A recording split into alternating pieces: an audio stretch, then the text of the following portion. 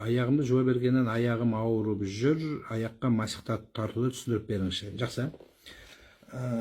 Дәретіңізді алып, яки болмаса аяғыңызды жуып, мәсіні киесіз. Аяқ жуылып киілу керек.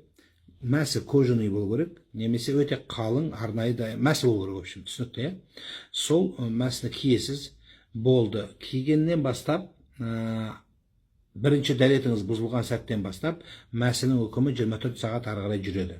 Енді дәретіңіз бұзылды, қайта дәрет алайын деп жатсыз.